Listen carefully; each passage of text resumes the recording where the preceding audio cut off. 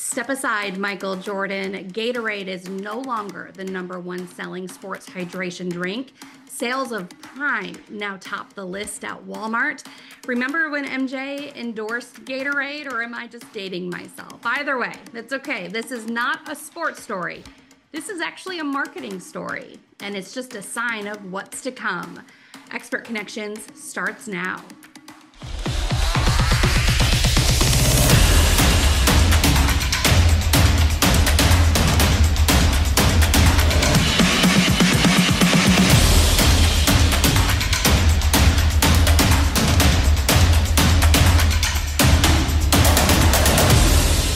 Could it be game over for Gatorade? It's a very interesting question as we look at a shift in marketing approaches. Welcome to Expert Connections. I'm Julie Holton. Let's get right to today's expert. Our marketing connections expert today, Adam Stoker, is the co-founder, president, and CEO of Relic, a full-service destination marketing agency. He's also a published author and host of the Destination Marketing Podcast, a weekly podcast with more than 115,000 total listens. Adam, welcome to the show. Glad to have you on Expert Connections today. Oh, thanks, Julie, and I'm happy to be here. I really appreciate the opportunity to share. I don't know if it's going to be good things or bad things, but to share what's on my brain, and I think you've got a great show, so I'm excited to be a part of it. Oh, thanks, Adam. I wish we were recording the first time you and I talked because I don't even know what we talked about. There was just so much energy and passion talking about marketing. And so here we are. I want to start. I want to dive right in. You have a pretty bold philosophy on marketing. What is your philosophy? Well, first of all, I like to just take a macro look at marketing and say, let's just take a look at what market conditions are, and then we can ask the question, are we doing it right? And that's the fact that a lot of us look at these major established brands like Target and Walmart and Burger King, Domino's, and you go down the list. There's probably I don't know 1,000 brands that you could mention that uh, are somewhat what I would call legacy brands today.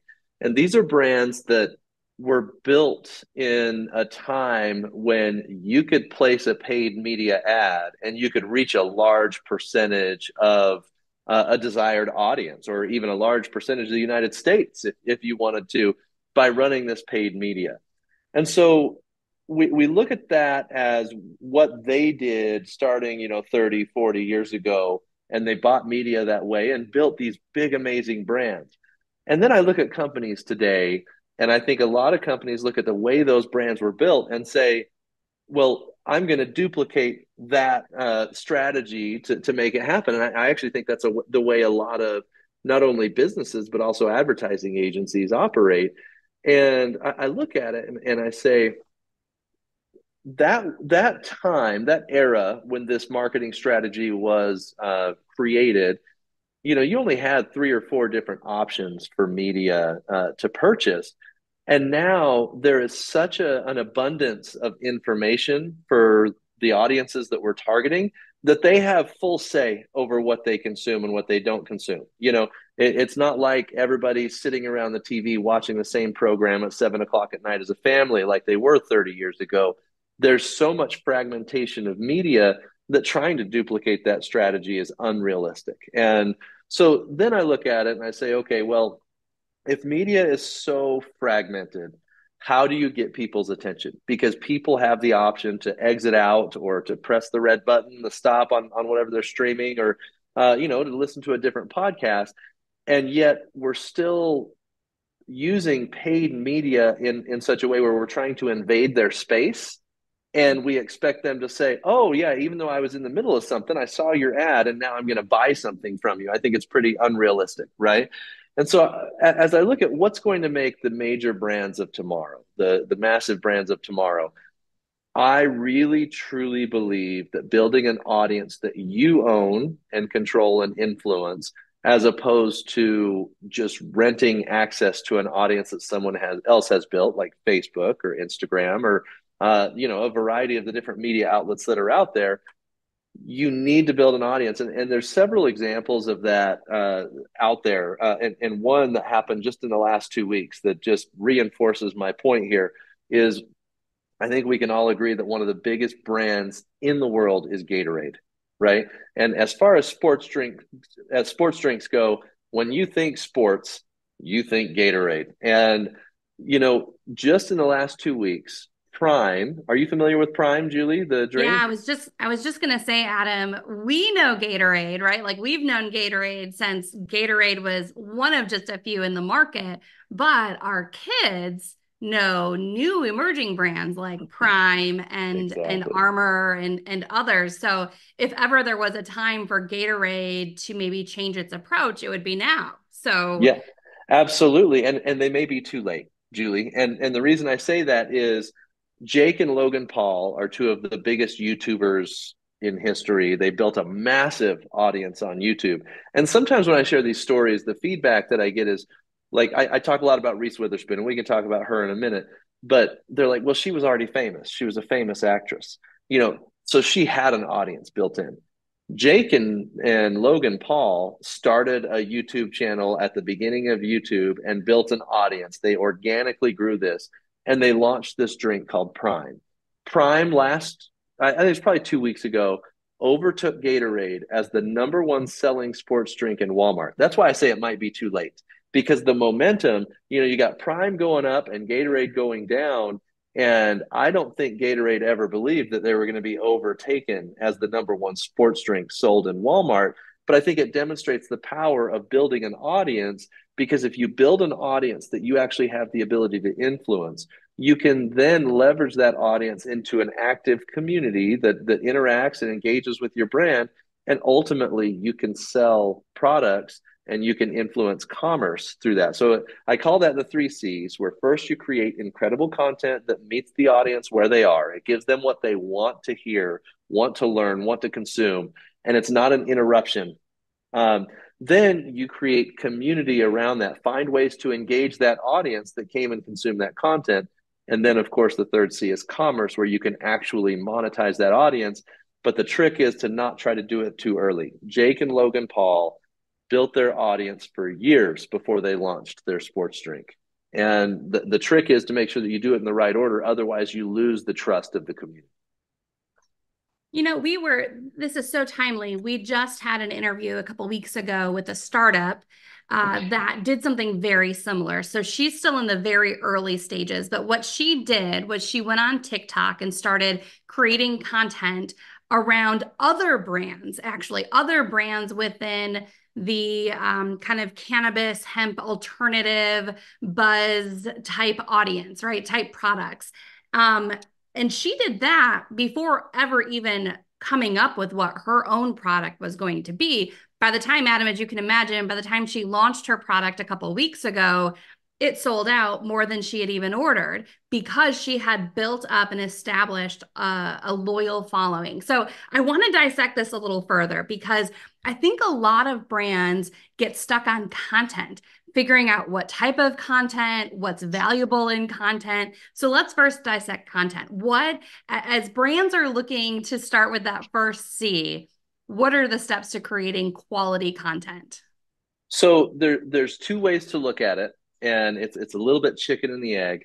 But I would say if you're already a brand, an organization, then I think you've got to use option one. And option one is where you choose an audience, learn as much as you can about that audience, and then create content that's going to be valuable to that audience. And so the reason I say you have to go that direction is most established companies already are who they are and the audience is who they are, unless they're trying to reach a new segment or something like that. But I would say most brands, you already know who your target audience is. And so then if you create content that doesn't resonate with that audience, you're not really going to accomplish your goal, right? So first, I would say as a brand, an established brand, I would say choose an audience and make sure that you know them as well as you possibly can. You know what they want, you know what their pain points are, you know what their desires are, and then you create content that's going to be valuable to them.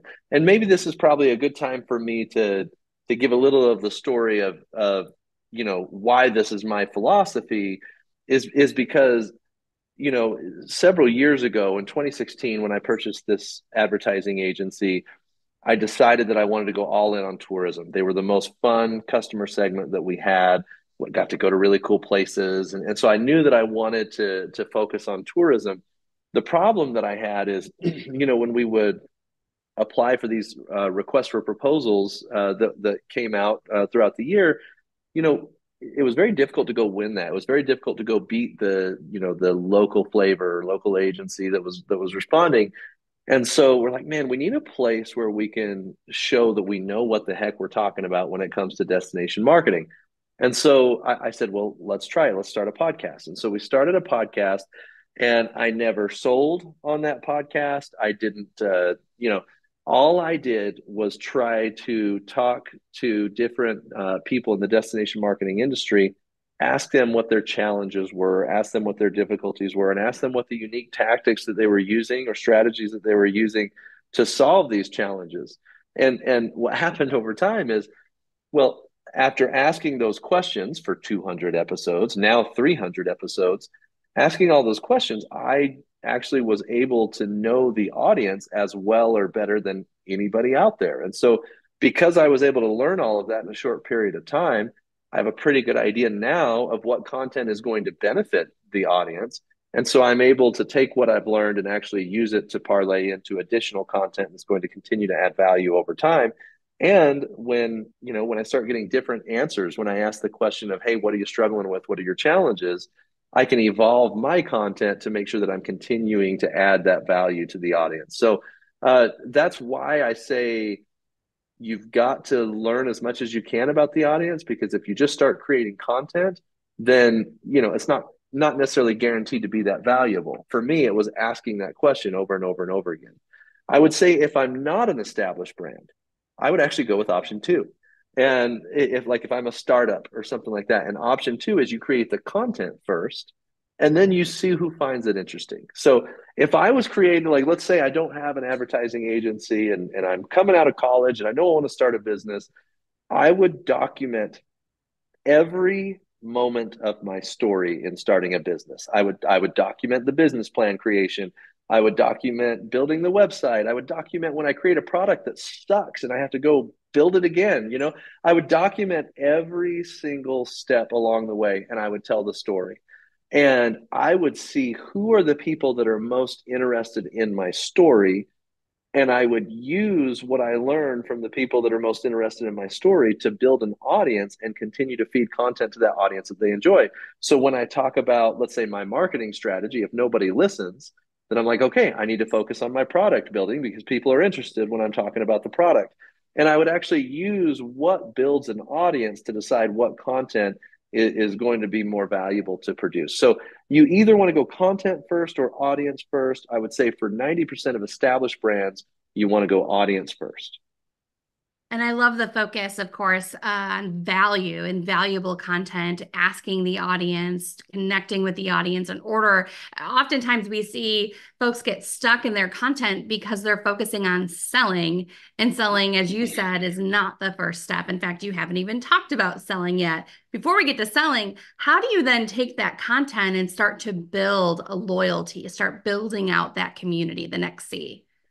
Yeah, so there's a lot of different ways to do that, and there's a lot of good examples of how people have done that in other categories. I would say the lowest hanging fruit for an organization is email, because if you can capture an email address, you now have permission to market to that person in perpetuity. I think a lot of organizations also use text lists. I think you have to be the right kind of business to use texting. Otherwise, you're an invasive ad, right? And so I'd be careful with texting, but that is another thing that people do that tends to be effective if you're the right business. So, what I try to do is one of the things I tried to do is to create a LinkedIn group. And I actually have a LinkedIn group with over 200 members called Destination Marketers. And it's centered around, I hoped it would be a place where we could build community. I think on LinkedIn, there's so much noise that it was a great idea. And I think a lot of people liked it at first, but how do you get people to just continue to come back? Because most people log into LinkedIn and just look at their feed, right? And so I think that iteration was unsuccessful. Even though I've still got the LinkedIn group, I can get a message out to those people, but it clearly doesn't have the engagement that it did early on. But I think social groups are a great way to do it. So, for example, I've actually got a guy that I've met His name's Joe Trahan, and he's got a group in Virginia Beach. So he is a realtor, okay? And he wants, when people relocate to Virginia Beach, he wants to sell them a house. Like that's his goal. However, he's created a podcast and multiple social media pages just talking about the lifestyle in Myrtle Beach, or not Myrtle Beach, excuse me, Virginia Beach. What are all the different things there are to do? What are some of the cool businesses that exist there? And what he's tried to do is build a community around what's happening in Virginia Beach. And by building that community, he's now the thought leader or the voice that people go to when they want to understand what it's like to live in Virginia Beach. So who are they going to call when they need to buy a house? And that's one of the ways to do it. It is, and I know you asked me a little bit more on the community side, but I think it's a great example that he's done because he's leveraged social media to build that community. He's leveraged an email list to build that community. But the only way that happens is if the content is so valuable that they want to join the community.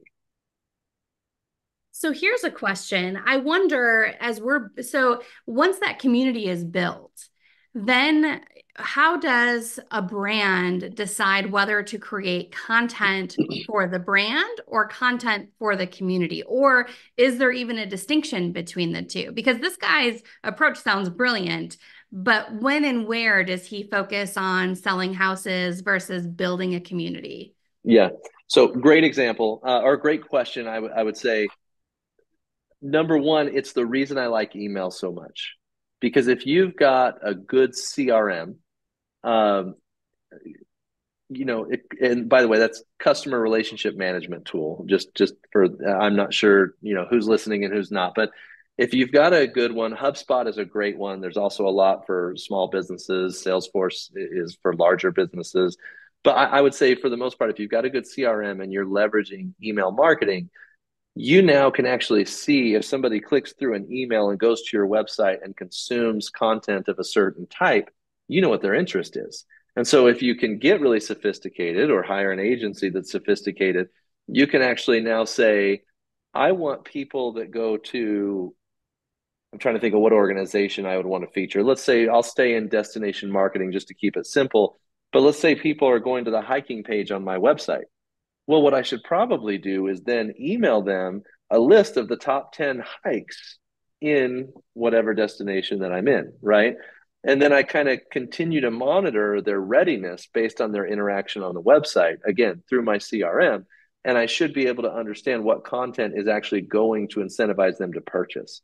And so once you build a community, you should be able to see where the conversation is going. If there's an active community having a conversation, whether it's in a social group or whatever, or their activity in response to your communication, and leverage that to feed them custom content that's actually going to drive them towards a purchase.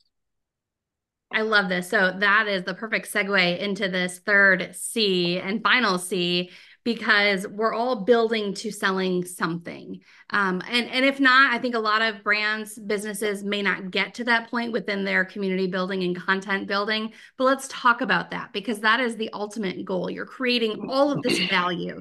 You've created the community, you're creating the conversation, or at least at this point, maybe you're a part of the conversation, if not always driving the conversation. But now let's round that corner to commerce or commoditizing this community. How do you make that twist?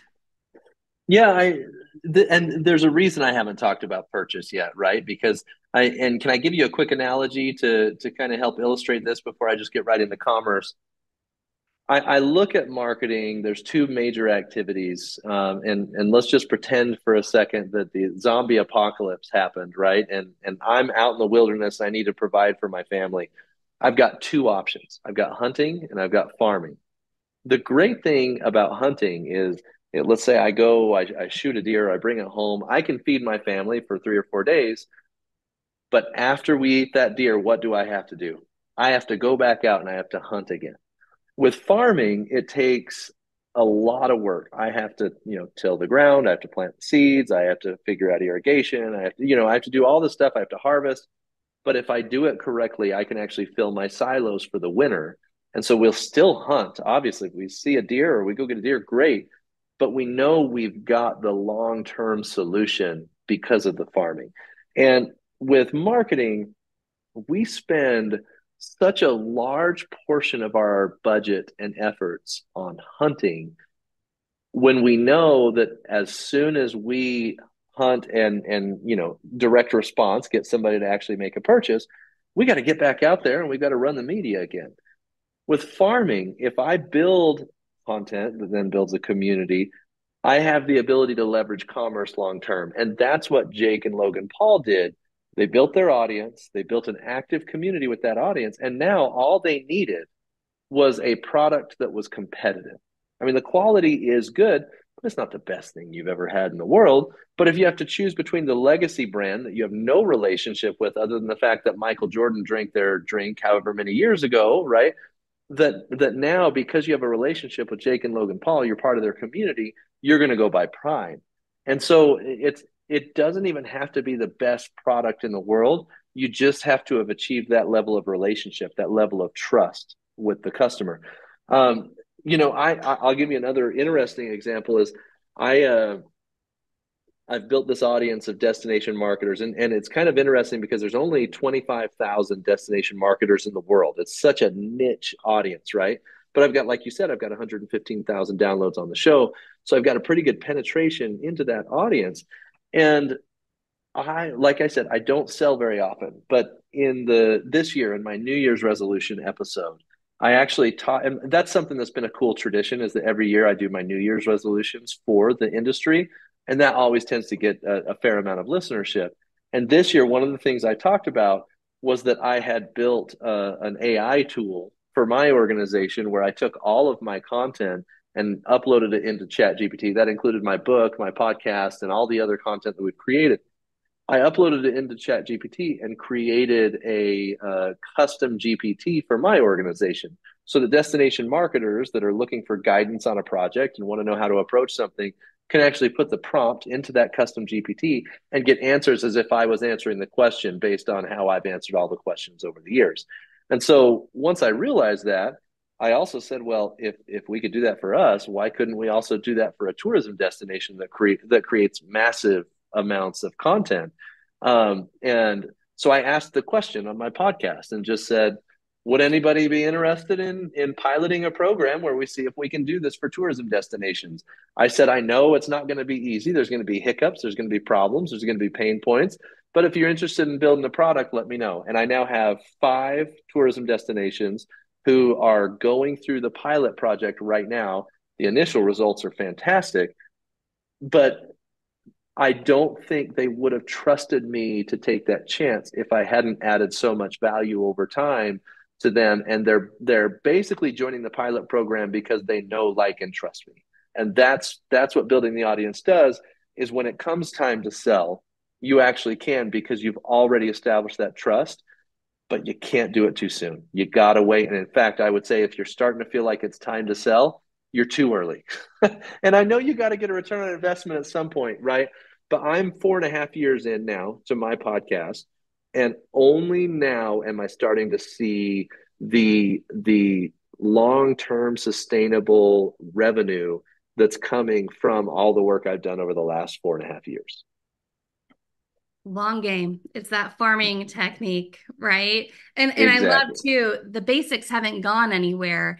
It's just the mediums and how we're using those basics that are changing. So I have to ask before we go though, back to Gatorade. What was Gatorade's big move? Let's close this out for the audience. What was Gatorade's big move in the last couple of weeks?